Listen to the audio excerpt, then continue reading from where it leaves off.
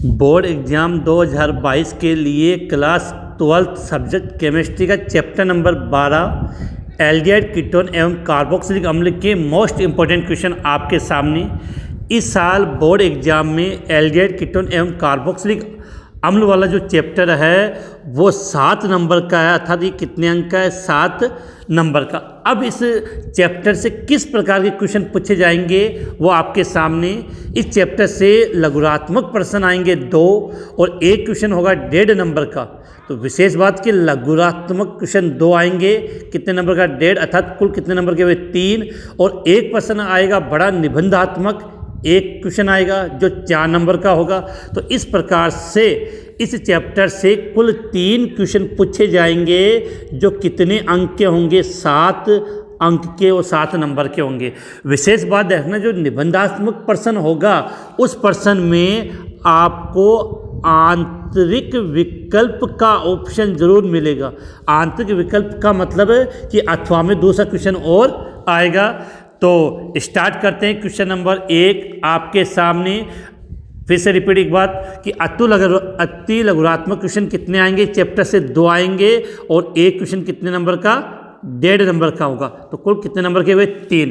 तो question number 1 आपकी screen पर के सामने। इंपॉर्टेंट क्वेश्चनों की इस महत्वपूर्ण सीरीज को हम चालू करते हैं उससे पहले ये आपका अपना चैनल है MK बूस्टर, तो इसको लाइक शेयर और सब्सक्राइब करना ना भूलें। और जो नए स्टूडेंट जो फर्स्ट बार आज इस चैनल पे आए हैं वो उस बेल आइकॉन पे जरूर क्लिक कर दें, जिससे आने वाले दिनों में आपको जो वीडियो का जो नोटिफिकेशन है वो आपको प्राप्त हो सके। तो क्वेश्चन नंबर 1 आपके सामने। एक कार्बनिक यौगिक जिसका अणुसूत्र C3H6O है, कार्बनिक यौगिक जिसका अणुसूत्र ये है, उसकी क्रिया 2,4-डाई नाइट्रोफेनिल हाइड्रोजन के साथ करवाने पर नारंगी लाल अवक्षेप देता है, किंतु टोलेन अभिकर्मक को अपचेत नहीं करता है। उस यौगिक का नाम और IUPAC नाम व संरचना सूत्र हमें बताना है। तो क्वेश्चन का आंसर स्टार्ट करते हैं उससे पहले आज की बूस्टर लाइन। कौन कहता है कामयाबी किस्मत तय करती है? कौन कहता है कामयाबी किस्मत तय करती है? इरादों में दम हो तो मंजिलें भी झुका करती, इरादों में दम हो तो मंजिलें भी झुका करती है। इसी के साथ इस क्वेश्चन का आंसर स्टार्ट करते हैं। बात पसंद आई तो वीडियो को लाइक करना ना भूलें। क्वेश्चन नंबर 1 का आंसर हम क्या लिखेंगे? सबसे पहले आप समझो कि कौन सा यौगिक दिया है, कार्बोनिल। तो सीधी बात है, या तो कंपाउंड होगा आपका एल्डिहाइड या वो कंपाउंड होगा क्या, कीटोन। अब देखो एल्डिहाइड कीटोन का आपको अणुसूत्र ये दे दिया और उसकी अभिक्रिया होगी, लेकिन आपको यहाँ साफ साफ कह रहा है कि वो टोलेन अभिकर्मक को अपचेत नहीं करता है। आप जानते हो कि टोलेन अभिकर्मक के साथ अभिक्रिया कौन करता है? एल्डिहाइड की क्रिया टोलेन अभिकर्मक के साथ हो जाती है, लेकिन कीटोन टोलेन फ्रिक्शन नहीं देता है। तो टोलेन अभिकर्मक को अपचेत नहीं करता, तो इसका मतलब कंफर्म हो गया कि वो कंपाउंड कौन है, कीटोन है। अब देखो इस क्रिया को समझते, कीटोन है तो 3 कार्बन है, तो नॉर्मली सूत्र हो जाएगा इसका CH3C+O CH3। नॉर्मली भाषा में इसको क्या बोलते हो आप, एसीटोन। अब इस एसीटोन की क्रिया हम किससे करवा रहे हैं? 2,4-डाई नाइट्रोफेनिल हाइड्रोजन। तो हाइड्रोजन का फॉर्मूला कैसे होगा? H2N NH, फिर फेनिल है, इसका मतलब बेंजीन वाले, एक NO2 2 नंबर पर और एक NO2 4 नंबर पर। ये आपका क्या हो गया? 2,4-डाई नाइट्रोफेनिल हाइड्रोजन, शॉर्ट में क्या बोलते हैं इसको, 2,4-DNP। क्रिया करवाएंगे तो क्या होगा कि यहाँ से आपका OH, यहाँ से आपका O और यहाँ से आपके 2H बाहर चले जाएंगे और ये कंपाउंड आपका यहाँ पे जुड़ जाएगा। तो आपका उत्पाद है वो ये बनेगा CH3 डबल बॉन्ड N, फिर NH, यहाँ पर आपकी बेंजीन वाले, एक NO2 यहाँ पर और दूसरा NO2 यहाँ पर, और ये उत्पाद बना है वो क्या होता है, नारंगी लाल अवक्षेप देता है। अब यहाँ से आपको सीधी बात है कि उस यौगिक, कार्बोनिल यौगिक मतलब कौन हो गया आपका, एसीटोन। अणुसूत्र चेक कर सकते हो, 1 कार्बन 2 कार्बन 3 कार्बन, हाइड्रोजन 3 3 6 और एक ऑक्सीजन क्लियर है। अब इस एसीटोन को मैं यहाँ पर लिख रहा हूँ CH3C+O CH3। तो देखो 3 कार्बन है, तो देखो इसका क्या पूछा, IUPAC नाम और संरचना सूत्र। तो संरचना सूत्र तो ये हो गया इसका अगर IUPAC से नाम की बात करें तो कितने कार्बन है? 3 कार्बन। तो 3 कार्बन से आपने क्या लिख दिया? प्रोपेन। और कीटोन का क्रियात्मक समूह कीटोन है, इसका अनुलग्न होता है ओन, तो इसका नाम हो जाएगा प्रोपेनोन। 3 कार्बन में यहाँ काउंटिंग की आवश्यकता नहीं है। अगर काउंटिंग भी करना चाहो तो 2 प्रोपेनोन आप चाहो तो लिख सकते हो। तो इसका IUPAC नाम क्या हो गया? प्रोपेन। तो क्वेश्चन नंबर 1 का राइट आंसर हो जाएगा प्रोपेन, और संरचना सूत्र आप बना के आ जाओगे। इसके बाद नेक्स्ट क्वेश्चन की तरफ बढ़ते हैं। इससे लघुरात्मक क्वेश्चन आएंगे तो उससे आप अच्छे तरीके से प्रैक्टिस कर सकते हो इनकी सहायता से। और सबसे बड़ी बात है, इन क्वेश्चनों का सबसे बड़ा बेनिफिट है कि जब आप इन पूरे क्वेश्चनों को हल कर लोगे तो आप ये पाओगे कि आपके चैप्टर का रिवीजन हो गया। और एक सबसे महत्वपूर्ण इंपॉर्टेंट बात मैं आपको बता दूं कि वीडियो के डिस्क्रिप्शन में इस चैप्टर के 1 शॉट वीडियो अवेलेबल है, प्लस इस चैप्टर की जितने भी video important video name reaction उन सबका लिंक आपको वीडियो के डिस्क्रिप्शन में मिल जाएगा। नेक्स्ट क्वेश्चन की तरफ आगे बढ़ते हैं कि 2-मेथिल ब्यूट-2-इन वो भी क्या है? 2-मेथिल के ओजोनिक अपघटन से प्राप्त उत्पादों के IUPAC नाम लिखो। तो पहले हम इसका स्ट्रक्चर बनानी पड़ेगी। 2-मेथिल ब्यूट-2-इन, तो CH3 डबल बॉन्ड CH3। देखो काउंटिंग करते हैं 1 2 3 4। तो 2 पर मेथिल हो गया, 4 कार्बन से ब्यूट, 2 नंबर पर डबल बॉन्ड, तो ब्यूट-2-इन। अब इसका ओजोनिक अपघटन करना है, तो ओजोनिक अपघटन का मतलब क्रिया किससे होती है? आपकी O3 से। तो ये O3 कहाँ जुड़ेगा? बीच का डबल बॉन्ड टूट जाएगा और इससे दोनों स्ट्रक्चर इस प्रकार से जुड़ेगी आपकी। ये CH3 इधर आ जाएगा, O O O यहाँ पे, ये आपका हो जाएगा CH3। क्लियर ऊपर? अब इसको हम क्या करते हैं? जिंक ढोल के साथ इसका जलापठन कर देते हैं, तो एक उत्पाद तो ये बनेगा, दूसरा उत्पाद ये बनेगा। जैसे हमने इसको तोड़ा तो उत्पाद देखो, एक तो क्या हो गया? CH3CHO। तो पहला उत्पाद इसको मैं यहाँ बना देते हैं, क्या बनेगा? एक तो बन गया आपका CH3CHO, दूसरा CH3C डबल बॉन्ड OCH3, ये कीटोन बन गया। अर्थात यहाँ पर आपको एक एल्डिहाइड और एक कीटोन प्राप्त हो गया। अब देखो बच्चे इसी को करके छोड़ देते हैं, लेकिन सवाल में क्या पूछा है? जो उत्पाद प्राप्त होता है उसका आपको क्या नाम देना है? आपको उसका IUPAC नाम बताना है। तो इसका IUPAC देखो 2 कार्बन है, वैसे तो एसिटाल्डिहाइड होता है, लेकिन इसका अगर IUPAC नाम लिखेंगे तो 2 कार्बन से एथेन, और एल्डिहाइड का अनुलग्न होता है एल, तो इसका IUPAC नाम क्या हो गया? एथेनॉल। और इसका तो जस्ट अभी मैंने आपको बताया था, क्या हो जाएगा? प्रोपेनोन। क्वेश्चन नंबर 2 आपको बिल्कुल समझ में आ गया। अब बात करते हैं क्वेश्चन नंबर 3 की तरफ।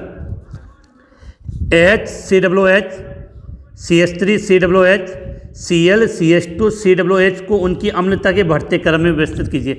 हमने ये साफ साफ पढ़ा था कि कार्बोक्सिलिक अम्ल पर एल्किल समूह की संख्या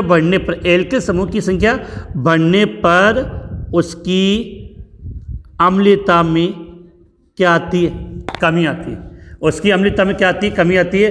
तो CH3COOH को क्या बोलते हैं? एसिटिक अम्ल। HCOOH को बोलते हैं फॉर्मिक अम्ल। तो एसिटिक अम्ल की तुलना में अधिक अम्लीय कौन सा है? फॉर्मिक अम्ल। ये बात तो क्लियर हो गई। तो देखो यहाँ पे CH3COOH, ये हो गया HCOOH। क्लियर है? तो इन दोनों में अधिक अम्लीय कौन हो गया? फॉर्मिक अम्ल हो गया। अब एक बात देखो कि इस एसिटिक अम्ल से एक हाइड्रोजन हटा के उसके स्थान पे Cl जोड़ दिया।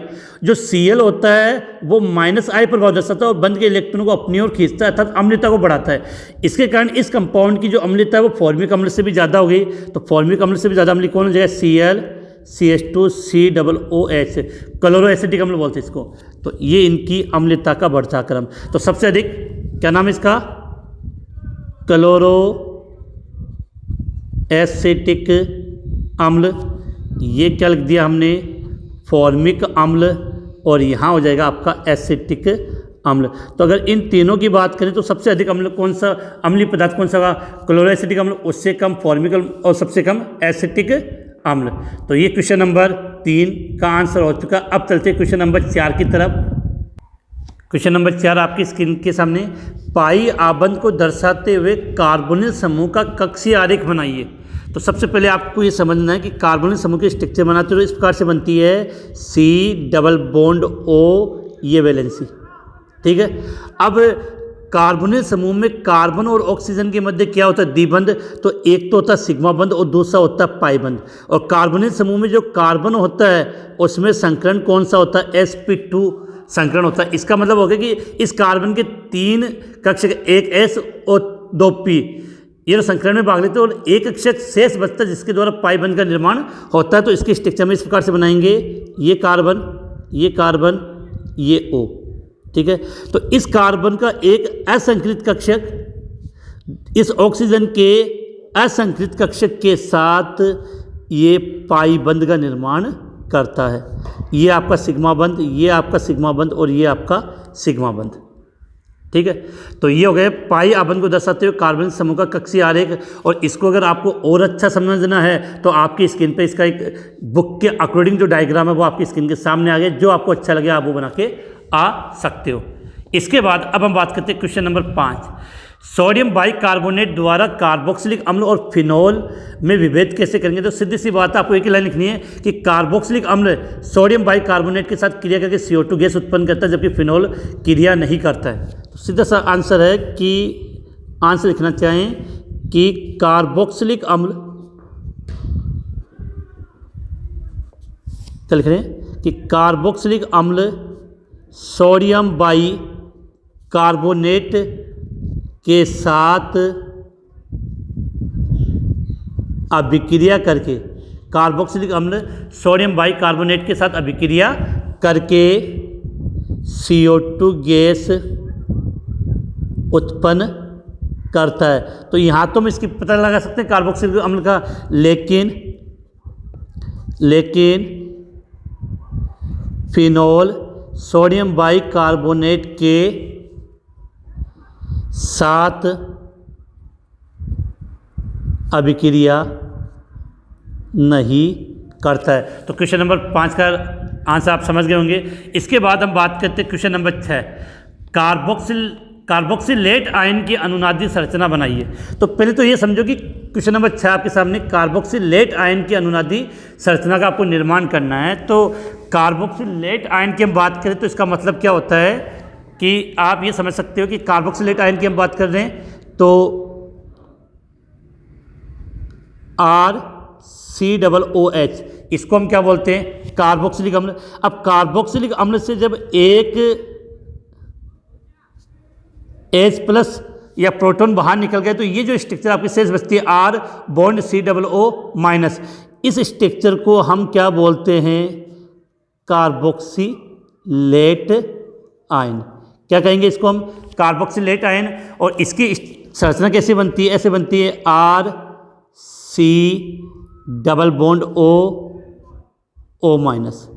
एक स्ट्रक्चर तो ये हो गई। अब इसकी अनुनादी संरचना में दूसरी में क्या होगा कि इसको ऐसे लिख सकते हैं RCO-O।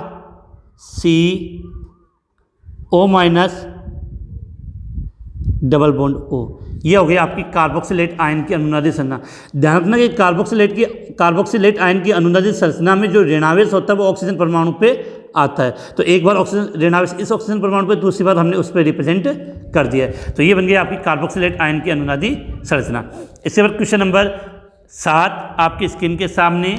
CH3CHO से निम्न यौगिक को प्राप्त करने की समीकरण लिखें। CH3CHO से निम्न यौगिक को प्राप्त करने की समीकरण लिखने। CH3CHO का मतलब एसिटाल्डिहाइड। अब एसिटाल्डिहाइड से आपको क्या बनाना है, ब्यूट-2-इनेल। ब्यूट-2-इनेल, इसका मतलब सीधी सी बात है कि, और दूसरा बनाना है क्लोरोफॉर्म। तो ब्यूट-2-इनेल का मतलब यहाँ कौन सी अभिक्रिया हो गई आपकी, एल्डोज संघनन अभिक्रिया। कौन सी, एल्डोज संघनन अभिक्रिया। तो एल्डोज संघनन अभिक्रिया में क्या होता है, एल्डिहाइड के 2 अणु होंगे, उनको सांद्र क्षार के साथ हम गर्म करते हैं। तो देखो कंडीशन क्या होती है, ये लिख दिया CH3C≡OH, यह हो गया आपका एसिटाल्डिहाइड। इसका दूसरा अणु, अब देखो इस CH3 को अगर मैं चाहूँ तो ऐसे लिख सकता हूँ आराम से CH2HC≡OH, एक ही बात है। अब क्या होगा, देखो ये डबल बॉन्ड टूटेगा तो ये आएगा, तो ये H तो इसके साथ बंध बना लेगा और इस कार्बन के साथ ये बंध जुड़ जाएगा। तो क्या स्ट्रक्चर हो जाएगी, और ये क्रिया किसकी उपस्थिति में, तनु क्षार NaOH की उपस्थिति में। तो क्या बनेगा आपका CH3CH यहाँ हो जाएगा OH, यहाँ CH2, इसको चाहो तो एक साथ लिख दो CHO। अब क्या किया कि इसको हम क्या करेंगे, गर्म करेंगे। क्या करेंगे, इसको हमने गर्म किया तो यहाँ से OH और यहाँ से H, जल का अणु क्या हो गया, बाहर चला गया, -H2। अब शेष संरचना को लिख दो तो CH3CH double bond CH CHO। अब देखो 4 कार्बन को आपने क्या नाम दिया, ब्यूट। डबल बॉन्ड कितने नंबर पर, 2 पर। इन डबल बॉन्ड के लिए इन, और एल्डिहाइड का अनुलग्न एल, तो क्या नाम हो गया, ब्यूट टू इनेल। तो बिल्कुल क्लियर बात होनी चाहिए कि अगर इससे आपने ये कंपाउंड बनाया है तो यहाँ पर रिएक्शन कौन सी हो गई आपकी, बिल्कुल क्लियर होनी चाहिए, एल्डोज संघनन अभिक्रिया। एल्डोज संघनन के बारे में आगे आपको और भी क्वेश्चन मिलेंगे।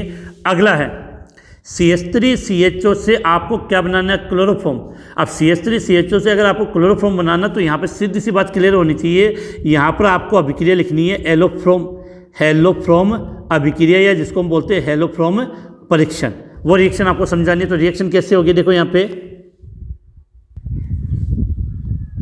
अब देखो रिएक्शन को कैसे लिखेंगे, इसको हेलोफ्रोम रिएक्शन अगर एसिटाल्डिहाइड की करोगे तो यहाँ हमने लिया CH3CHO एसिटाल्डिहाइड, और इसकी क्रिया देखो क्लोरोफॉर्म बनाना है तो Cl ले लेंगे, तो क्रिया किससे हो जाएगी, Cl2 से, और साथ में क्षार होता है NaOH। अब रिएक्शन को इक्वल करने के लिए यहाँ 3 और इसकी संख्या कितनी ली जाती है, 4।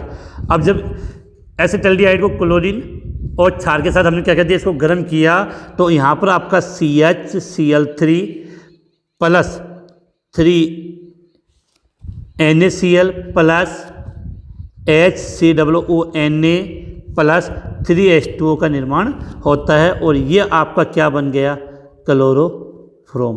तो ये हेलोफ्रोम रिएक्शन है। अगर इस रिएक्शन को आपको डिटेल से देखना है, समझनी है कि ये समीकरण हमने कैसे लिखी है, तो वीडियो के डिस्क्रिप्शन में हेलोफ्रोम रिएक्शन को डिटेल से समझाया है, आप वहाँ से जाके देख सकते हो। इसके बाद अब चलते हैं हम नेक्स्ट क्वेश्चन की तरफ कि कार्बोक्सिलिक अम्ल, क्या लिखा है कि कार्बोक्सिलिक अम्ल फिनोल से अधिक अम्लीय होता है। कार्बोक्सिलिक अम्ल क्या लिखा हमने, फिनोल से अधिक अम्लीय होता है, क्यों। अब देखो इसके आंसर की हम बात करें तो कार्बोक्सिलेट आयन कार्बोक्सिलिक अम्ल से जो बनता है वो बनता है आपका RCOO-। कार्बोक्सिलेट आयन फिनोल से जो बनेगा प्रोटॉन त्यागने पर फिनोक्साइड आयन, क्या बनेगा, फिनोक्साइड आयन। अब कार्बोक्सिलेट आयन की 2 अनुनादित संरचना बनती है, और फिनोक्साइड आयन की, कार्बोक्सिलेट आयन की कितनी अनुनादित संरचना बनेगी, 2, और फिनोक्साइड आयन की कितनी अनुनादित संरचना बनती है, 5। लेकिन कार्बोक्सिलेट आयन पर जो ऋणावेश आता है वो ऑक्सीजन परमाणु पे आता है, और इसकी अनुनादित संरचना पे जो ऋणावेश आएगा वो कार्बन परमाणु पर आएगा। तो ऑक्सीजन परमाणु की विद्युत ऋणता ज़्यादा होने के कारण जो कार्बोक्सिलेट आयन की जो 2 अनुनादित संरचना बनती है वो फिनोल की, किसकी, फिनोल की, फिनोक्साइड आयन की जो अनुनादित संरचना बनती है उनसे ज़्यादा स्थायी होता है। इस कारण से कार्बोक्सिलिक अम्ल फिनोल से अधिक अम्लीय होता है। इसका जो आंसर है वो मैंने उसका स्क्रीनशॉट है आपकी स्क्रीन पे लगा दिया है, वहाँ से आप इसको देख के इसको इजीली नोट कर लेना। बिल्कुल क्लियर होना कि कार्बोक्सिलेट अम्ल से कार्बोक्सिलेट आयन स्ट्रक्चर बनती है जिसकी 2 अनुनादित संरचना बनेगी, लेकिन उनमें ऋणावेश कहाँ आता है, ऑक्सीजन परमाणु पे, और फिनोल से जो बनती है फिनोक्साइड स्ट्रक्चर उसमें ऋणावेश आता है कार्बन परमाणु पे। इस कारण से कार्बोक्सिलिक अम्ल फिनोल से अधिक अम्लीय होता है। नेक्स्ट क्वेश्चन आपकी स्क्रीन के सामने, कार्बोक्सिलिक अम्ल का क्वथनांक समान अणुभार वाले एल्कोहल से अधिक होता है क्योंकि कार्बोक्सिलिक अम्ल के 2 अणुओं के मध्य अंतरा आणविक हाइड्रोजन बंध पाया जाता है, अर्थात कार्बोक्सिलिक अम्ल के 2 अणु जुड़कर द्विलक बना लेते हैं और उनको तोड़ने के लिए अधिक ऊर्जा की आवश्यकता होती है। तो इसका आंसर अगर हम यहाँ लिखना चाहें तो इसका आंसर हम ये लिखेंगे कि कार्बोक्सिलिक अम्लों का क्वथनांक समान अणुभार वाले एल्कोहल से अधिक होता है क्योंकि यह 2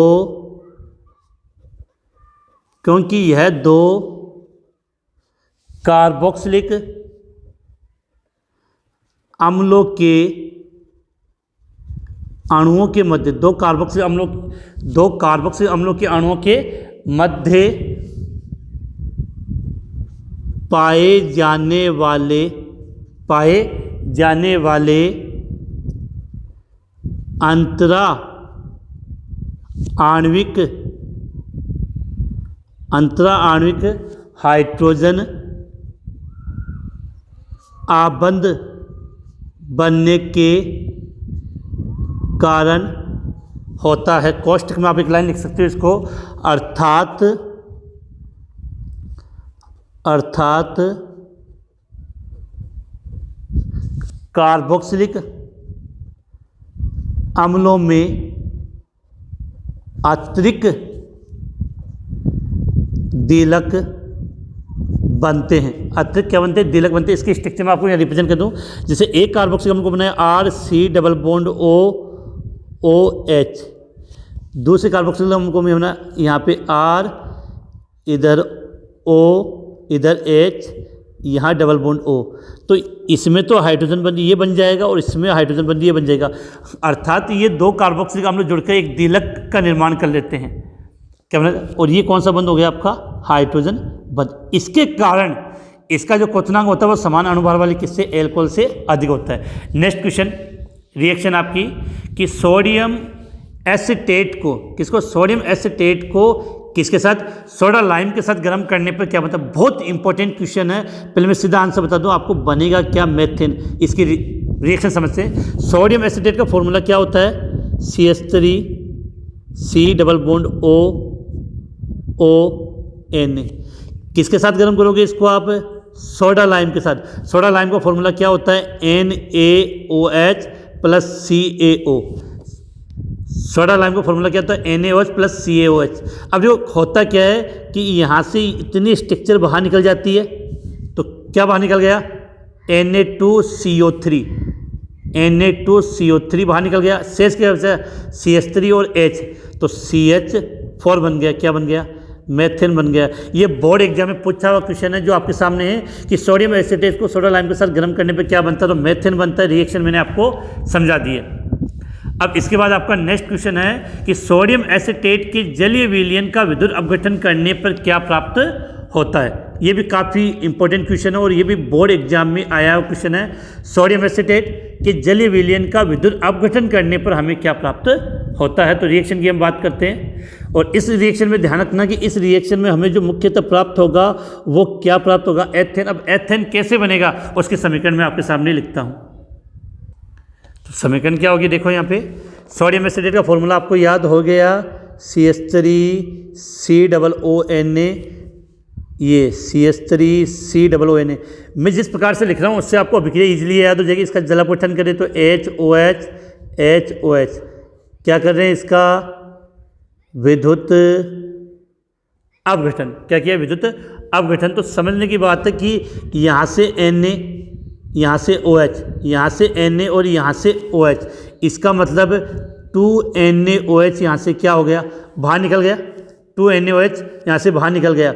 यहाँ से CO2, यहाँ से CO2, इसका मतलब 2CO2 यहाँ से क्या हो गया? बाहर निकल गया। ये क्या बन गई आपकी? H2, तो यहाँ से आपकी हाइड्रोजन गैस बाहर निकल गई। अब जो CH3 तो ये बन गया, दोनों CH3 जुड़ जाएंगे, CH3, तो ये आपका क्या बन गया? एथेन। क्या बन गया? एथेन। इसके बाद नेक्स्ट क्वेश्चन की तरफ आगे बढ़ते हैं कि निम्न यौगिकों को उनके क्वथनांक के बढ़ते क्रम में व्यवस्थित कीजिए। देखो इन सभी यौगिकों में क्वथनांक की बात करते हैं तो CH3 CH2 CH3, ये समझो, यहाँ से क्वेश्चन को समझने की कोशिश करना। ये क्या होता है आपका? हाइड्रोकार्बन। CH3 और CH3, इसको हम क्या बोलते हैं? ईथर। CH3 CH2OH, ये आपका क्या हो गया? एल्कोहल। और CH3 CHO, ये क्या हो गया आपका? एल्डिहाइड। तो आप सभी को जानते हो कि इन सभी में सबसे अधिक क्वथनांक किसका होगा? एल्कोहल का, फिर उससे कम एल्डिहाइड का, फिर उससे कम ईथर का और सबसे कम हाइड्रोकार्बन का। अब आपको बढ़ते हुए क्रम में लिखना है तो क्रम क्या हो जाएगा यहाँ पे? CH3 CH2 CH3, फिर उससे ज़्यादा हो जाएगा आपका ईथर का CH3O CH3, फिर उससे ज़्यादा होगा एल्डिहाइड का CH3CHO, फिर उससे ज़्यादा आपका एल्कोहल का CH3CH2OH। देखो एल्कोहल का क्वथनांक ज़्यादा होने का रीज़न है कि एल्कोहल के अंदर कौन सा बंध पाया जाता है? हाइड्रोजन बंध। एल्डिहाइड का क्वथनांक इनसे ज़्यादा होने का मतलब है कि इसकी प्रकृति कैसी होती है? ध्रुवीय, और ध्रुवीय होने के कारण इसमें ध्रुव अन्योन्य क्रिया बल होता है। तो ये क्रम बिल्कुल याद कर लेना कि सबसे अधिक एल्कोहल का होगा, उससे कम एल्डिहाइड का, उससे कम ईथर का, फिर सबसे कम हाइड्रोकार्बन का। इसके बाद हम नेक्स्ट क्वेश्चन की तरफ बढ़ते हैं कि निम्न अम्लों के, क्वेश्चन नंबर 13 आपके सामने, निम्न अम्लों के प्रत्येक युग्म में कौन सा अम्ल अधिक प्रबल है। तो जो सीधी सी बात है कि ये आपका CH3COOH, यहाँ एक H को हटा के आपने F जोड़ दिया CH2CH3, तो जो F कौन सा प्रभाव दर्शाती है, -I। सीधी सी बात एक चीज़ समझा दूँ मैं यहाँ पे कि +I प्रभाव वाला समूह जुड़ेगा तो अम्लता क्या हो जाएगी, कम, और -I प्रभाव वाला समूह जुड़ेगा तो अम्लता क्या होगी, अधिक। तो F कौन सा प्रभाव दर्शाता है, -I, तो इसकी तुलना में इसकी अम्लता क्या हो जाएगी, अधिक। टिक लगा दिया मैंने।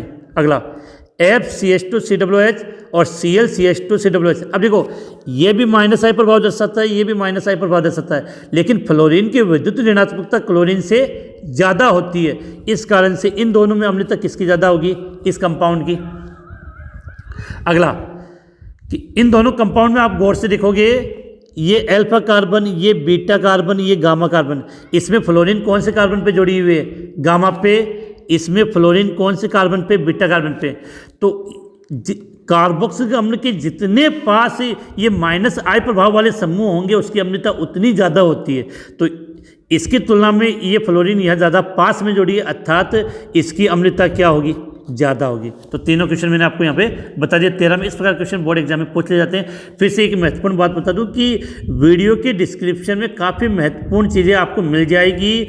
एक तो सबसे इम्पोर्टेंट चीज़ 1 शॉर्ट वीडियो आपको इनके मिल जाएंगे। इसके अलावा जितनी भी आपकी नेम रिएक्शन है उनकी वीडियो मिल जाएंगे। इसके अलावा टॉपिक वाइज आपको भी वीडियो इसमें अवेलेबल रहेंगे। इसके अलावा सबसे महत्वपूर्ण इस चैप्टर के नोट्स जिसकी आप बहुत ज़्यादा डिमांड करते हैं उनका लिंक भी वीडियो के डिस्क्रिप्शन में है। इसके बाद क्वेश्चन नंबर 14 आपकी स्क्रीन के सामने।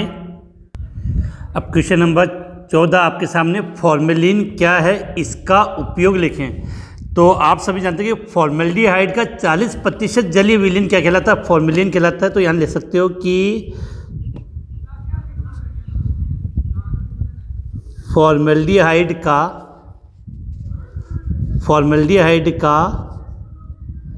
40% जलीय विलयन, फॉर्मेल्डिहाइड का 40% जलीय विलयन फॉर्मेलिन कहलाता है। अब इसके उपयोग की बात करें तो इसके उपयोग में अपने को ये बात याद रखनी है कि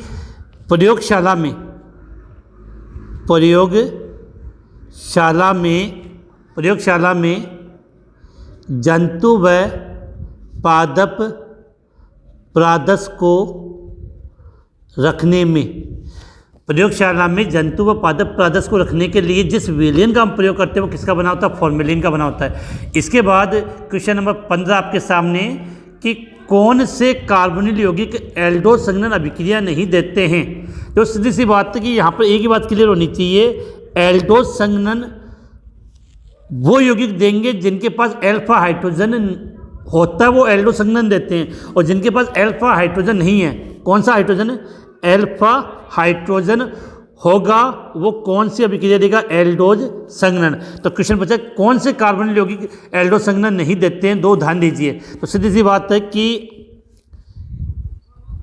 जिन कार्बोनिल यौगिक लिखेंगे यहाँ पे, जिन कार्बोनिल यौगिक के पास अल्फा हाइड्रोजन नहीं होता है वो एल्डोज संघनन अभिक्रिया नहीं देते हैं।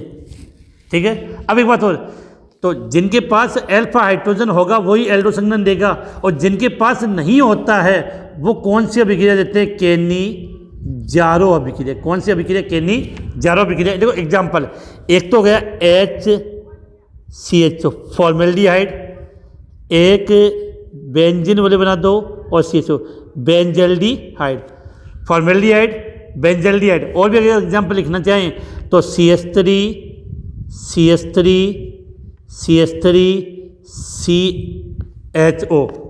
तो सीधी बात है कि एल्डिहाइड क्रियात्मक सूत्र, इस कार्बन से जुड़ा जो कार्बन होगा वो अल्फा कार्बन, तो अल्फा कार्बन के पास हाइड्रोजन नहीं है तो वो अल्फा हाइड्रोजन कंडीशन है। तो दो एग्जांपल की बात करते हैं, एक तो फॉर्मेल्डिहाइड लिख दो और एक बेंजल्डिहाइड। नेक्स्ट क्वेश्चन कि प्रोपेनेल और प्रोपेनोन में 3 अंतर लिखिए। तो देखो बेटा अंतर करने, प्रोपेनेल इसका मतलब इसमें क्रियात्मक समूह क्या होगा, एल्डिहाइड। प्रोपेनोन ओन आ गया तो इसमें क्रियात्मक समूह आपका क्या होता है, कीटोन। तो एल्डिहाइड और कीटोन में अंतर लिखना, तो सीधी सी बात है कि हम लिख सकते हैं कि एल्डिहाइड है वो टोलेन फ्रिक्शन देता है और कीटोन टोलेन फ्रिक्शन नहीं देता है। तो सीधी बात है प्रोपेनोल यह टोलेन परीक्षण देता है। दूसरा कर लो, कीटोन टोलेन फ्रिक्शन नहीं देता, तो यहां इसलिए लिख सकते हो कि यह टोलेन परीक्षण नहीं देता है। दूसरा आपको पता है कि जो एल्डिहाइड होगा वो फेलिंग परीक्षण देता है, तो यह फेलिंग परीक्षण देता है और कीटोन फेलिंग परीक्षण नहीं देता है, तो यह फेलिंग परीक्षण नहीं देता। अब तीसरा अंतर समझना, प्रोपेनेल स्ट्रक्चर क्या होती है, CH3 CH2 CHO। Propanone CH3 C double bond O CH3। अब सुनना, आपने एक पढ़ा होगा हेलोफ्रोम परीक्षण। हेलोफ्रोम परीक्षण कौन देता है, जिसके पास CH3 C double bond O, ये स्ट्रक्चर जिसके पास होगी वो हेलोफ्रोम परीक्षण देगा। तो देखो इसमें तो ये पॉसिबिलिटी है नहीं, लेकिन इसमें है। इसका मतलब प्रोपेनेल हेलोफ्रोम परीक्षण नहीं देता है, जबकि आपका कौन है, कीटोन, यह हेलोफ्रोम परीक्षण देता। तो 3 अंतर हो गए। अब ये प्रोपेनेल और ओन मतलब एल्डिहाइड और कीटोन में पूछ लो, ये कैसे भी क्वेश्चन घुमा के दे आप तो क्या सकते हो। अगला क्वेश्चन, एल्डिहाइड नाभिक स्नेही योगात्मक अभिक्रिया के प्रति कीटोन की तुलना में अधिक क्रियाशील होता है, समझाइए। जो सीधी सी बात है, यहाँ से एक चीज़ समझते हैं कि C डबल बॉन्ड O बना दिया। अब नाभिक स्नेही योगात्मक अभिक्रिया का मतलब है कि नाभिक स्नेही मतलब माइनस। अब देखो ऑक्सीजन की विद्युतीयता ज़्यादा होने के कारण इस पर आ जाता है आंशिक ऋणावेश, इस पर आ जाता है आंशिक धनावेश। तो नाभिक स्नेही इस कार्बन पर आक्रमण करेगा, सीधी सी बात है। इस पर धनावेश का मान जितना ज़्यादा होगा नाभिक स्नेही उतनी जल्दी उस पर आक्रमण करेगा, उसकी क्रियाशीलता अधिक होगी। और आप जानते हो कि एल्डिहाइड की बात करते तो RC डबल बॉन्ड OH एक R है। कीटोन की बात करें तो RC डबल बॉन्ड OR। तो एल्किल समूह की इसमें 2 एल्किल समूह हैं, तो एल्किल समूह की संख्या बढ़ने पर नाभिक स्नेही योगात्मक अभिक्रिया के प्रति उसकी क्रियाशीलता क्या होती है, कम होती है। इस कारण से एल्डिहाइड की क्रियाशीलता अधिक है, कीटोन की कम है। यहाँ एक ये I प्रभाव दर्शाता है, ये 2 दर्शाते हैं। तो सीधा सान से लिखोगे कि एल्किल समूह की संख्या में वृद्धि, एल्किल समूह की संख्या में वृद्धि होने पर कार्बोनिल समूह के कार्बन पर धनावेश की मात्रा कम होती है। इस कारण एल्डिहाइड नाभिक स्नेही योगात्मक अभिक्रिया के प्रति कीटोन से की तुलना में अधिक क्रियाशील होता है। और ये दोनों बना के आप समझा के आ सकते हो। इसके बाद नेक्स्ट क्वेश्चन कि निम्न यौगिकों को नाभिक स्नेही योगात्मक अभिक्रिया के प्रति क्रियाशीलता के घटते हुए क्रम में लिखना है। अब देखो इधर सीधी बात है कि मैंने अभी कहा कि एल्किल समूह की संख्या ज़्यादा हुई तो क्रियाशीलता कम होगी। तो सबसे पहले यहाँ से घटते हुए क्रम में लिखना है। तो देखो यहाँ पे C double bond O H और H, ये तो गया आपका फॉर्मेल्डिहाइड। फिर CH3 C double bond OH, ये हो गया आपका एसिटाल्डिहाइड। यहाँ पे CH3 C double bond O CH3। तो सीधी सी बात है कि एल्किल समूह की संख्या ज़्यादा होगी तो अभिक्रियाशीलता कम होगी, तो सबसे अधिक हो गया फॉर्मेल्डिहाइड, उससे कम एसिटाल्डिहाइड और सबसे कम कीटोन, ये एसीटोन हो गया। तो ये तीनों की क्रियाशीलता का कौन सा क्रम लिखा हमने यहाँ पे, ये विषय जान रखना, ये कौन सा क्रम है, घटता हुआ क्रम।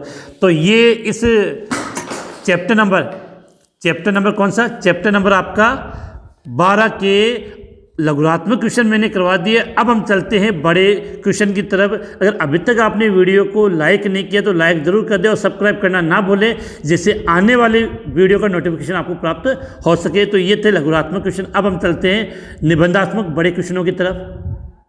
तो इस चैप्टर से निबंधात्मक प्रश्न कितना आएगा, 1 आएगा, और उसके कितने अंक का होगा, 4 अंक का। लेकिन ये 4 अंक किस प्रकार से होंगे वो समझा दूँ। एक क्वेश्चन आएगा 1 नंबर का, फिर 2 नंबर का, फिर 1 नंबर का। जो बड़ा हुआ क्वेश्चन है वो 3 पोर्शन में टूटे हुए रूप में आएगा, 1, 2 और 1 के रूप में। और सबसे बड़ी बात है, इस क्वेश्चन में आपको आंतरिक विकल्प अर्थात अथवा का ऑप्शन जरूर मिलेगा। तो ये अपने लिए प्लस पॉइंट है। जैसे मैंने आपके लिए लेकर भी आया हूँ कि जैसे क्वेश्चन नंबर 1 ये आपके सामने है और इसके बाद इसके अथवा वाला क्वेश्चन आपके सामने। तो स्टार्ट करते हैं इसको हल करना। क्वेश्चन नंबर 1 आपके दिया है कि दालचीनी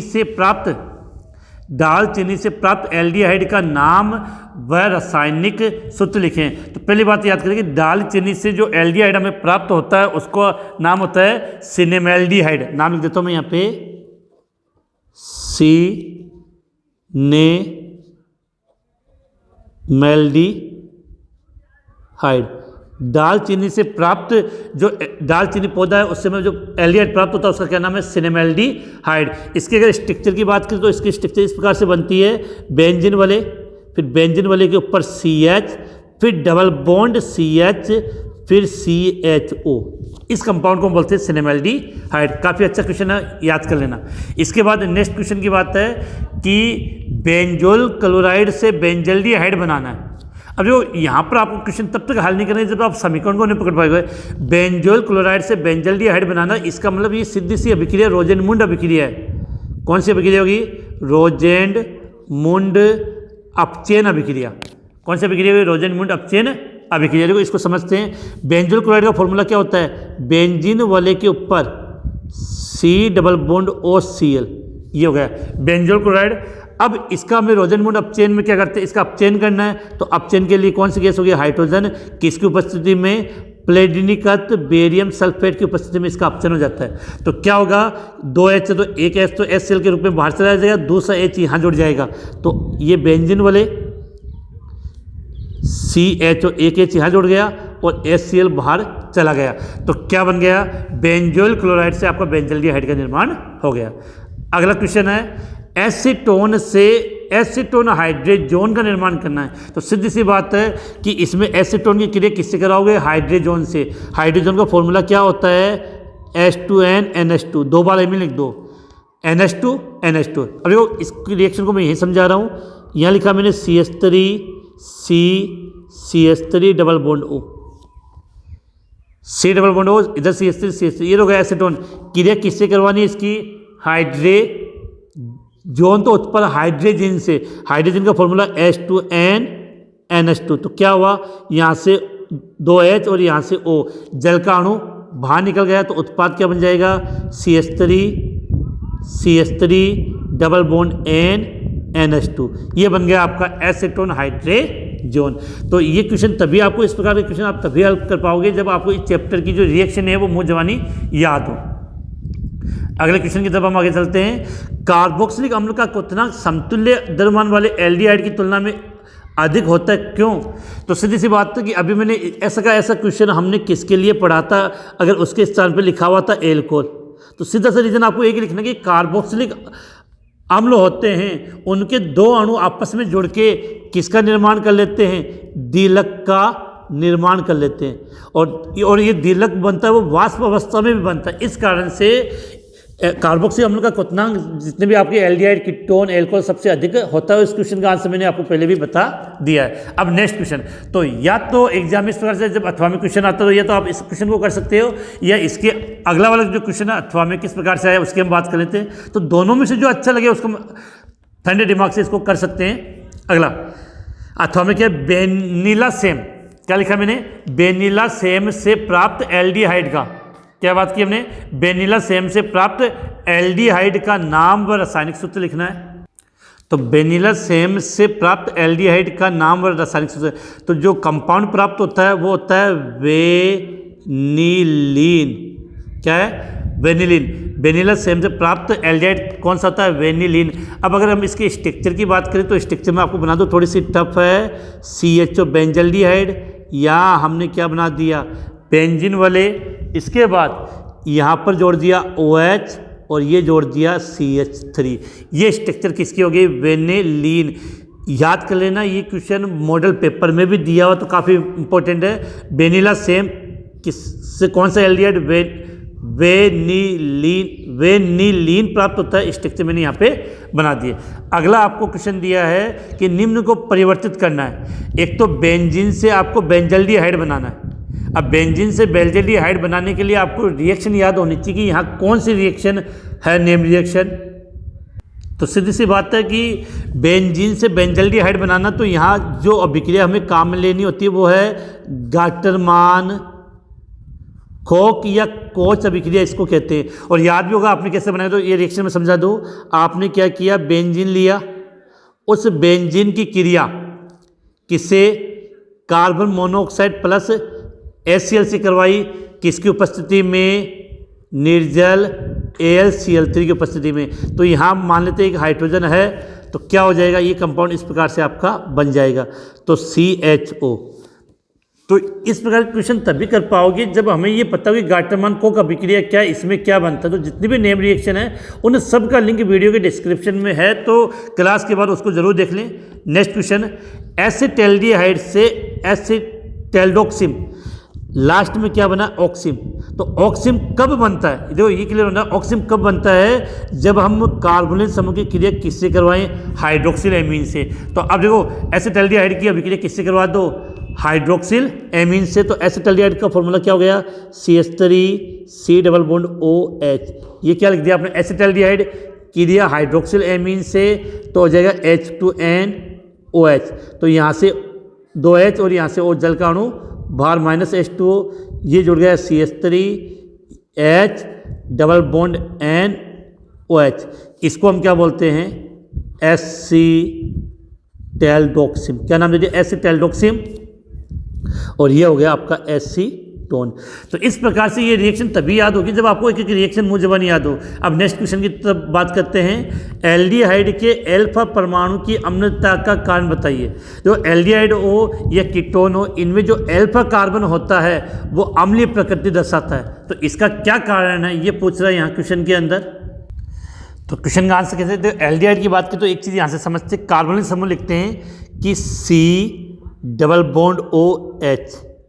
अब इससे जो कार्बन जोड़ेगा वो हो जाएगा अल्फा कार्बन, और इस अल्फा कार्बन पे जो हाइड्रोजन जुड़ा होगा उस कार्बन को हम क्या कहेंगे, इसको थोड़ा सा इधर बना दूं कि CH डबल बॉन्ड O। ये हो गया आपका अल्फा कार्बन। अब इस अल्फा कार्बन से जो हाइड्रोजन जुड़ा होगा उसको हम बोलेंगे अल्फा हाइड्रोजन। तो ये हो गया अल्फा हाइड्रोजन। अब होता क्या है कि जब एल्डिहाइड इस H+ का त्याग करता है तो इससे जो आयन बनता है कार्ब एनायन आयन, वो इनोलेट आयन में परिवर्तित हो जाता है जो अनुनाद द्वारा स्थायी होता है। तो देखो कंडीशन क्या होगी, ये यहाँ से एक H+ का इसने क्या कर दिया, त्याग कर दिया। तो H+ का त्याग जाएगा तो सीधी कंडीशन क्या होगी, C, ये वैलेंसी है, इस पे कार्बन पास जाएगा minus C double bond OH, C double bond OH। ये कंडीशन आ गई। अब इस कंडीशन में क्या होगा कि यहाँ पर ये कंडीशन बनी है, तो ये जो ऋणावेश है वो यहाँ के डबल बॉन्ड बनाएगा, तो इस डबल बॉन्ड के इलेक्ट्रॉन यहाँ पर आ जाएंगे, C double bond O minus H, और इस स्ट्रक्चर को हम बोलते हैं इनोलेट। तो ये इनोलेट स्थायी होता है। इनोलेट क्या होता है, इनोलेट आयन स्थायी होता है। इसके कारण ये अम्लीय प्रकृति दर्शाता है। तो एक तो आपको जब इसका आंसर लिखना तो ये इतनी सी स्ट्रक्चर आपको बना के आनी है, प्लस इसके लिए आपको जो लैंग्वेज लिखनी है वो मैं यहाँ लिख देता हूँ कि लाइन के रूप में इसका आंसर आप क्या लिखोगे कि अल्फा कार्बन से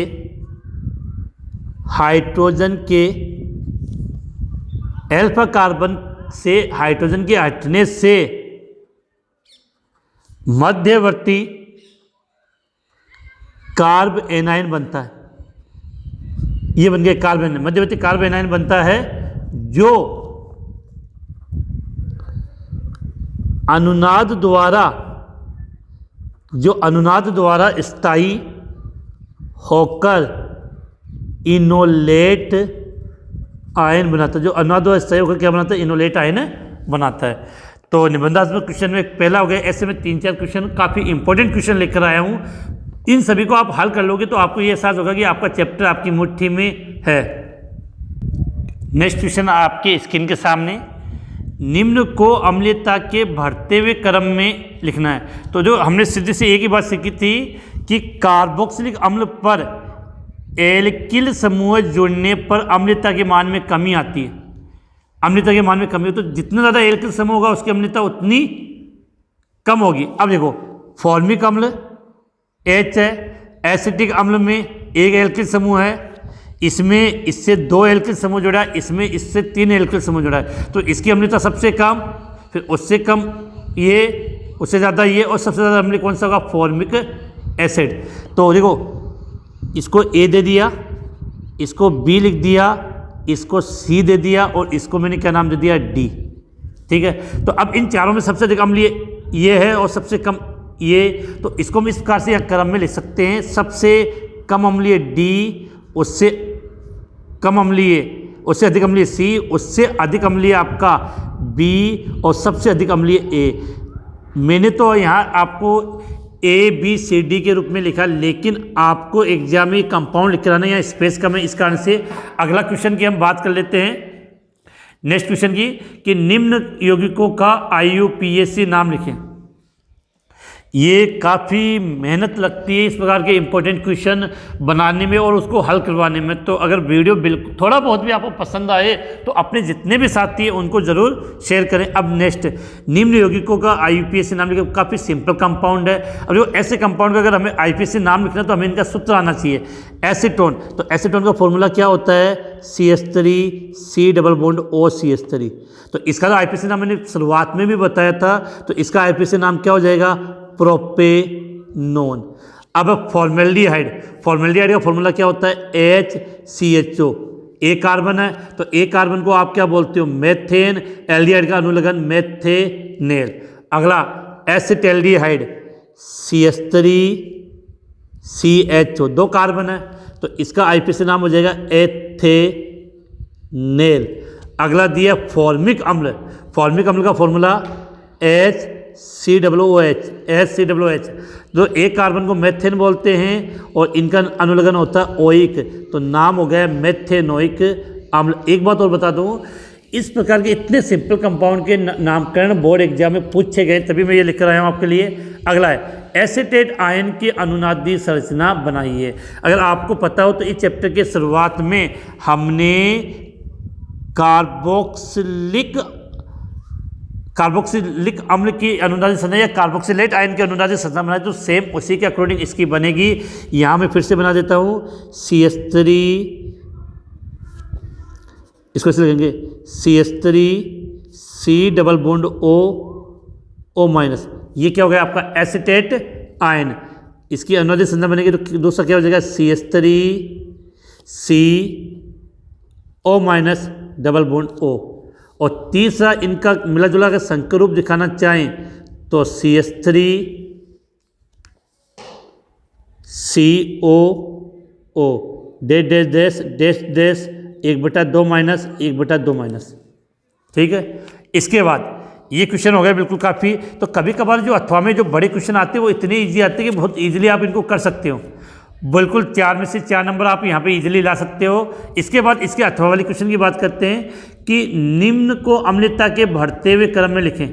देखो पहले लिखा है बेंजोइक अम्ल, फिर आपका आया 4 मेथोक्सी बेंजोइक अम्ल, फिर लिखा 4 नाइट्रो बेंजोइक अम्ल। देखो जो नाइट्रो समूह है वो दर्शाता है -I प्रभाव, मेथॉक्सी समूह दर्शाता है +I प्रभाव। ये मैंने शुरुआत से बता दिया कि -I प्रभाव जुड़ेगा तो अम्लता बढ़ेगी और इसके जुड़ने पर अम्लता घटेगी। तो सबसे अधिक अम्लीय 4 नाइट्रो बेंजोइक अम्ल, फिर बेंजोइक अम्ल और फिर 4 मेथॉक्सी बेंजोइक अम्ल। इन तीनों को मैं थोड़ा सा नीचे इनके स्ट्रक्चर बना देता हूँ, उसके साथ में आपको इसके फॉर्मूले भी याद हो जाए। चलो इनको ऊपर ही हम बना लेते हैं स्ट्रक्चर, यहाँ थोड़ी सी पास में जगह लेके कि जिससे आपको देखो सबसे कम होगा 4 मेथॉक्सी बेंजोइक अम्ल। तो इसकी स्ट्रक्चर क्या होती है, बेंजीन वाले के ऊपर COOH, ये तो क्या बेंजोइक अम्ल। हमें 4 मेथॉक्सी बनाना तो यहाँ जोड़ दिया मैंने OCH3, ठीक है। अब आपका बेंजोइक अम्ल उससे अधिक अम्लीय होगा तो ये बना दिया बेंजोइक अम्ल, और सबसे अधिक पैरा वाला तो बेंजीन वाले बना दिया, यहाँ पे COOH और यहाँ पे NO2। क्लियर है, बात समझ में आ गई बिल्कुल। तो ये इनका क्रम है, इस पर क्वेश्चन पूछ लिए जाते हैं। अब नेक्स्ट है कि निम्न यौगिकों का हमें क्या देना है, IUPAC नाम। इन कंपाउंड के हम नामकरण तभी कर पाएंगे जब हमें इनके फॉर्मूला है। एसिटिक अम्ल फॉर्मूला क्या होता है, CH3COOH, 2 कार्बन है। कितने कार्बन है ये, 2 कार्बन। तो 2 कार्बन से आपका, अब बात करें 2 कार्बन है तो 2 कार्बन से आप इसको क्या बोलोगे, एथेन, और कार्बोक्सिलिक अम्ल का अनुलग्न तो ओइक, तो नाम क्या होगा इसका, एथेनोइक अम्ल। अब बात करते हैं ऑक्जेलिक अम्ल। तो ऑक्जेलिक अम्ल की स्ट्रक्चर क्या होती है, COOH, 2 कार्बन। अब देखो 2 कार्बन को आप एथेन बोलोगे, कार्बोक्सिलिक अम्ल कितने, 2, तो 2 के लिए डाई अनुलग्न ओइक, तो एथेन डाई ओइक अम्ल। इसके बाद सक्सेनिक अम्ल, फिर पूछा मेलोनिक अम्ल। जो मेलोनिक अम्ल की स्ट्रक्चर में बना दूं यहाँ पे CH2COOH, तो 1 2 3 3 कार्बन हो गए। कितने कार्बन हो गए, 3। तो 3 कार्बन से क्या बन गया, प्रोपेन। अब सीधी बात है ये 1 नंबर पर होगा और ये 3 नंबर पर लास्ट पे, तो प्रोपेन डाई ओइक अम्ल। अब बात करें सक्सेनिक अम्ल। तो सक्सेनिक अम्ल की स्ट्रक्चर क्या होती है, HOOC, 1 CH2, 2 CH2, COOH। ये क्लियर हो गया। अब 4 कार्बन है तो 4 कार्बन को आप क्या बोलोगे, ब्यूटेन। डबल बॉन्ड की कार्बोक्सिलिक अम्ल कितने हो गए, 1 और 1 2, तो डाई और कार्बोक्सिलिक अम्ल का अनुलग्न ओइक, तो ब्यूटेन डाइक ओइक अम्ल। अगर आप ये भी लिख दोगे ना, ये 1 पे और ये 4 पे, तो भी कोई गलत नहीं, ब्यूटेन 1,4 डाइक ओइक अम्ल। क्लियर है। अब नेक्स्ट क्वेश्चन, तो इस प्रकार के, और ये सक्सेनिक अम्ल और मेनोलिक अम्ल की जो नामकरण है वो बोर्ड एग्जाम में पूछे जा चुके हैं पिछले गत वर्षों में। अब बात करें, निम्न को क्वथनांक के बढ़ते हुए क्रम में व्यवस्थित कीजिए। देखो सीधी सी बात समझनी है, ये कंपाउंड क्या आपका, ईथर, ये कंपाउंड क्या आपका, एल्कोहल, ये CHO है तो ये आपका क्या हो गया, एल्डिहाइड, और ये कंपाउंड कौन सा हो गया, कीटोन। तो हमें पता है कि इन चारों में सबसे अधिक क्वथनांक एल्कोहल का होता है, उससे कम कीटोन का, उससे कम एल्डिहाइड का और सबसे कम ईथर का। तो इनको काउंटिंग दे देते, इसको मैंने 1 नंबर दे दिया, इसको मैंने 2 नंबर दिया, इसको नंबर 3 और इसको नंबर दिया 4। तो मतलब सबसे अधिक कौन होगा, सब बढ़ते हुए लिखना, तो सबसे अधिक क्वथनांक 2 नंबर मतलब एल्कोहल का हो जाएगा। उससे अब रखना, एल्डिहाइड कीटोन में क्वथनांक किसका अधिक होता है, कीटोन का, क्योंकि कीटोन का द्विध्रुव आघूर्ण अधिक होता है, तो इसका 3 नंबर। फिर ईथर की तुलना में एल्डिहाइड का होता है तो इसको 1 नंबर, और सबसे कम ईथर का तो इसको 4 नंबर। तो ये इनका क्रम हो गया। आपको कभी भी ऐसे नंबरिंग नहीं देनी है, आपको सीधा इनका फॉर्मूला लिखना है, जिससे काफ़ी इजीली समझ में आ सके। तो क्वेश्चन नंबर 2 भी हो चुका है निबंधात्मक प्रश्न में, और ये काफ़ी इजी है, और इस प्रकार के क्वेश्चन मिल जाते हैं तो प्लस पॉइंट है कि हम 4 में से 4 नंबर ला सकते हैं। इसके बाद हम नेक्स्ट क्वेश्चन की तरफ बढ़ते हैं, क्वेश्चन नंबर 3 की तरफ। क्वेश्चन नंबर 3 आपके स्क्रीन के सामने, ये भी अथवा रूप में मिला आपको यहाँ पे। अब देखो, वाष्प अवस्था में एसिटिक अम्ल की संरचना बनाई है। क्या होता है कि वाष्प अवस्था में जो एसिटिक अम्ल होते हैं, इनके 2 अणु आपस में मिलकर द्विलक वाले स्ट्रक्चर बना लेते हैं, जो मैंने अभी पहले भी बनाए थे, लेकिन फिर से हम एक बार रिपीट कर लेते हैं। तो स्ट्रक्चर बनाने का तरीका क्या रहेगा, यहाँ पे CH3 C double bond OH, तो ये तो गया एक एसिटिक अम्ल। दूसरा वाला यहाँ पे CH3 डबल बॉन्ड O, इधर O इधर H। क्लियर, इतनी इस बात समझ में आ गई। अब इन दोनों के बीच में यहाँ पर क्या बन जाता है आपका हाइड्रोजन बंध। कौन सा बंध, हाइड्रोजन बंध का यहाँ पे निर्माण हो जाता है, H बंध या हाइड्रोजन बंध। इस स्ट्रक्चर को बोलते हैं द्विलक। तो वाष्प अवस्था में एसिटिक अम्ल की स्ट्रक्चर इस प्रकार से पाई जाती है। इसके बाद नेक्स्ट क्वेश्चन की बात करते हैं, निम्न की रासायनिक समीकरण दीजिए।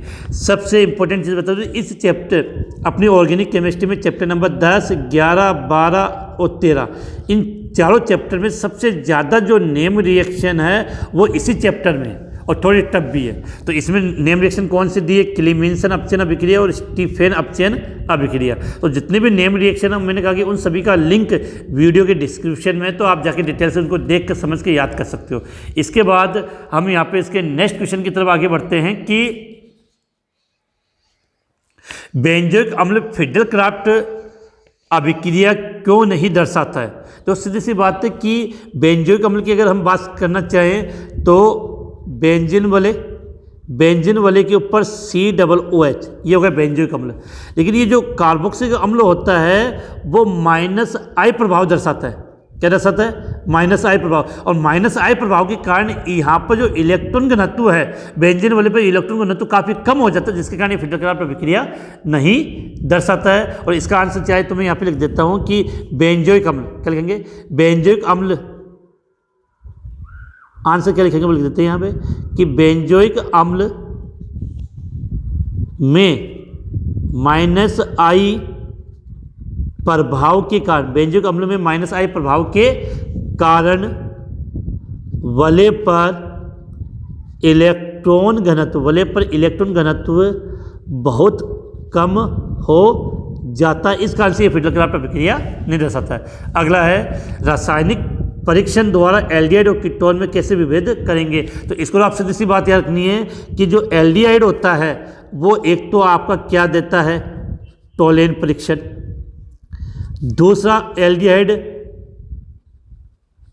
फेलिंग परीक्षण देता है, और ये दोनों के दोनों परीक्षण कौन नहीं देता, कीटोन। तो इन परीक्षण की सहायता से हम एल्डिहाइड और कीटोन को आसानी से अलग कर सकते हैं। और अगर इन दोनों परीक्षणों को आपको समझना तो इनका लिंक वीडियो के डिस्क्रिप्शन में दिया, आप डिटेल से देख लेना। इसके बाद नेक्स्ट रिएक्शन कि निम्न अभिक्रियाओं के रासायनिक समीकरण लिखें, रोजेनमुड अपचयन अभिक्रिया और वोल्फ किस्नर अपचयन अभिक्रिया। तो बोलने की जरूरत नहीं है, रिएक्शन है, नेम रिएक्शन, तो आपको वीडियो के डिस्क्रिप्शन में इनका लिंक मिल जाएगा। अगला क्वेश्चन काफ़ी इंपॉर्टेंट है, एसिटैल्डिहाइड और बेंजल्डिहाइड को आप किस प्रकार से विभेद करेंगे। तो देखो सीधी सी बात है कि एसिटैल्डिहाइड का फॉर्मूला होता है CH3CHO। बेंजल्डिहाइड, बेंजीन वाले के ऊपर क्या जुड़ा होता है, CHO। ये क्या बन गया आपका बेंजल्डिहाइड। अब देखो बेंजल्डिहाइड होता है वो कैसा एल्डिहाइड है, एरोमेटिक एल्डिहाइड।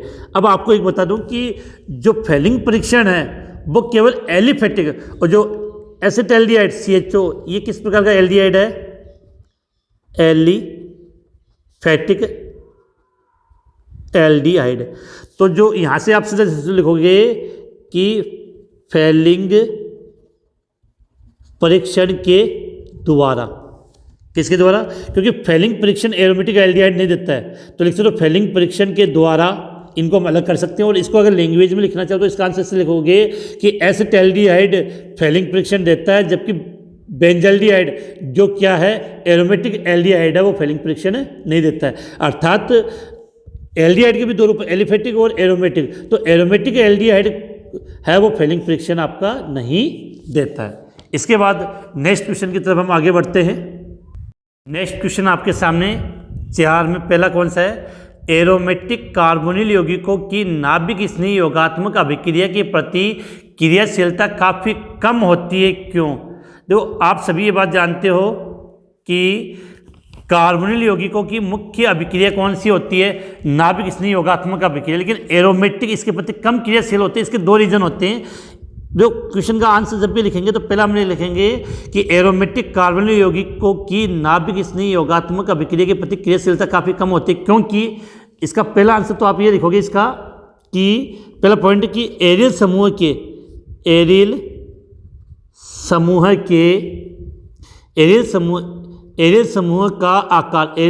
का आकार बड़ा होने के कारण त्रिविम बाधा उत्पन्न होती है कि अगला टेक्निक कर पाएगा नाभिक स्नेही। दूसरा इसका रीजन ये होता है कि जो एरोमेटिक कार्बोनिल यौगिक में जो CHO समूह होगा या कार्बोनिल समूह होगा वो भले के पाई इलेक्ट्रॉनों को अपनी ओर आकर्षित कर लेगा। तो CHO समूह है भले के इलेक्ट्रॉन को अपनी ओर आकर्षित करता है। भले के इलेक्ट्रॉन को अपनी ओर आकर्षित करता है तो यहाँ कौन सा प्रभाव काम करता है? -R प्रभाव अपनी ओर आकर्षित करता है, जिससे कार्बोनिल समूह के कार्बन परमाणु पर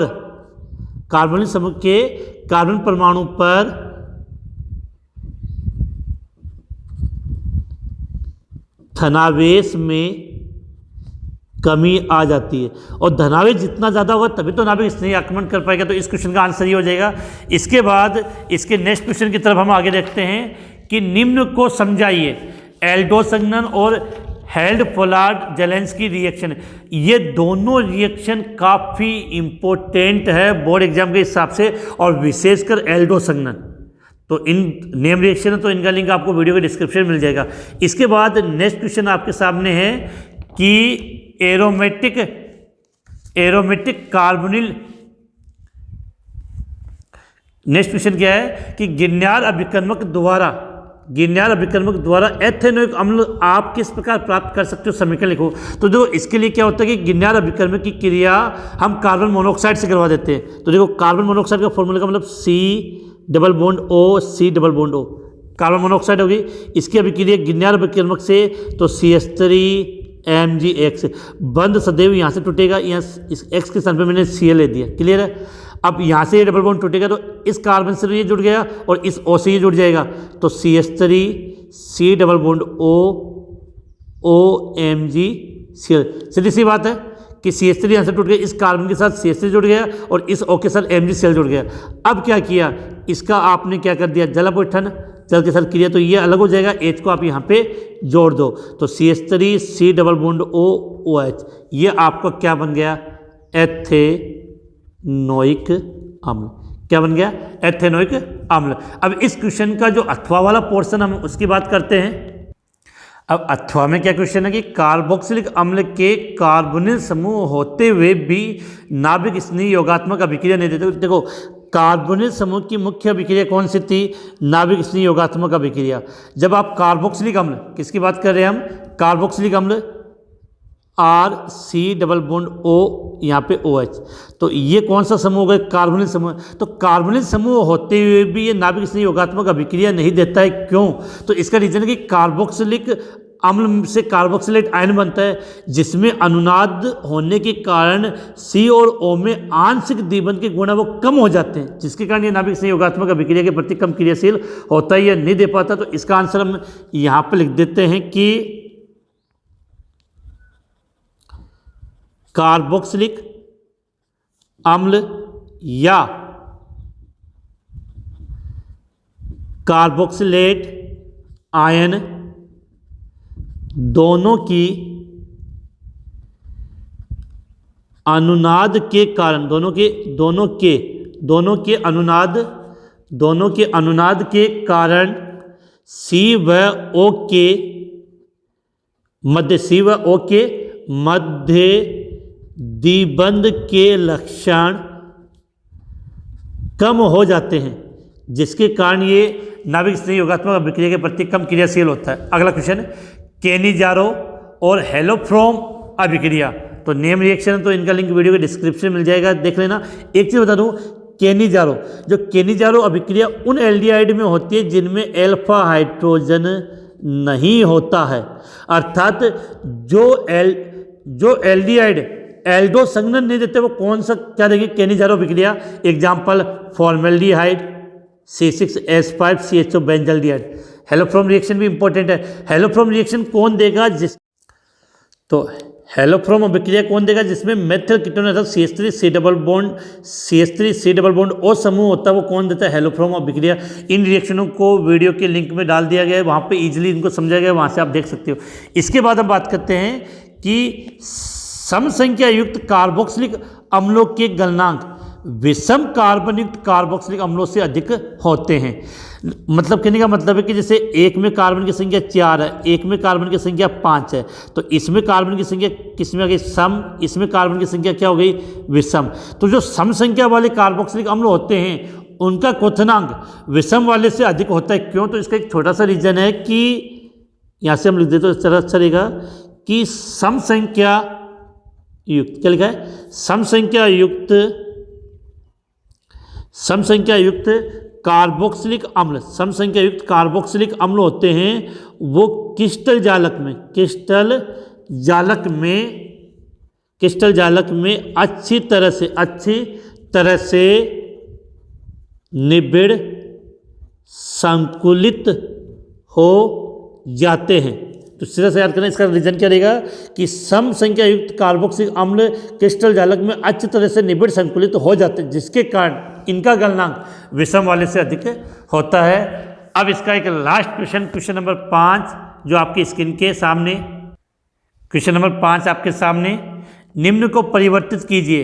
देखो, एसिटिक अम्ल को एथेन में परिवर्तित करना है, दूसरा एसिटिक अम्ल को क्लोरो एसिटिक अम्ल में। देखो, इस प्रकार के क्वेश्चन हम तभी हल कर पाएंगे जब हमें रिएक्शन याद हो। देखो, अगर एसिटिक अम्ल से अगर आपको एथेन बनाना है तो यहाँ पर सीधी सी बात है कि बिल्कुल रिएक्शन आपके माइंड में होनी चाहिए कि एसिटिक अम्ल को आपने सोडियम एसीटेट में कन्वर्ट कर लिया और फिर इसका आपने क्या कर दिया, विद्युत अपघटन प्राप्त कर सकते हो। दूसरा एसिटिक अम्ल को मोनोक्लोरो एसिटिक अम्ल में, तो ये कौन सी अभिक्रिया हो गई, हेल्ड फोलार्ड जेलेंस्की की अभिक्रिया हो गई। अब देखो, निम्न में उत्पाद की पहचान करनी है, तो इनसे आपका क्या बनेगा।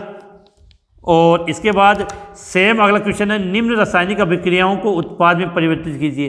देखो, इस प्रकार के जब क्वेश्चन आते हैं तो अपने दिमाग की बत्ती हल जाती है और हमें ये तभी हल कर पाते हैं जब हमें ये चैप्टर अच्छी तरह से याद हो। तो सदैव की तरह जो लास्ट क्वेश्चन होता है वो केवल आपके लिए होता है, तो आप इसका स्क्रीनशॉट ले लें, पहले 5वें का इसका और फिर 8वें वाले का, क्योंकि इतना मैंने हल करवा दिया तो लास्ट क्वेश्चन आपके लिए छोड़ देता हूँ। इसको हल करके मेरे व्हाट्सएप नंबर 9079242041 पे आप मैसेज कर दें इसको करके, क्योंकि उससे मुझे ये पता चलता है कि कितने स्टूडेंट हैं उन्होंने वीडियो को लास्ट तक देखा है और क्वेश्चनों को हल किया। इसलिए लास्ट क्वेश्चन आपके लिए है। तो उम्मीद है चैप्टर नंबर 12 के ये इंपॉर्टेंट क्वेश्चन आपको समझ में आए होंगे। किसी भी प्रकार का डाउट हो, कन्फ्यूजन हो तो मेरे इन व्हाट्सएप नंबर पर आप मैसेज कर देना। आज की क्लास यहीं समाप्त होती है। जय हिंद, जय भारत।